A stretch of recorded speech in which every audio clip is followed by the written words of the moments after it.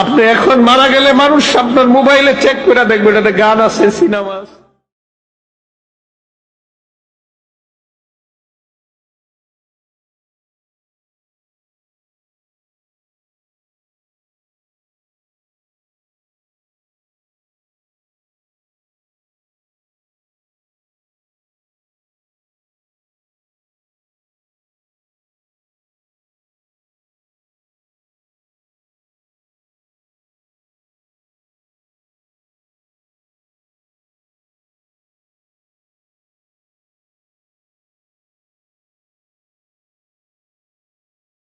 ফেসবুকে মানুষ পক্ষে লেখে বিপক্ষে লেখে, পার্মানেন্টলি আমি ডিলিট করে দিচ্ছি, আমার কোনো ফেসবুক নাই। আমার জীবন কি চলে না বলেন?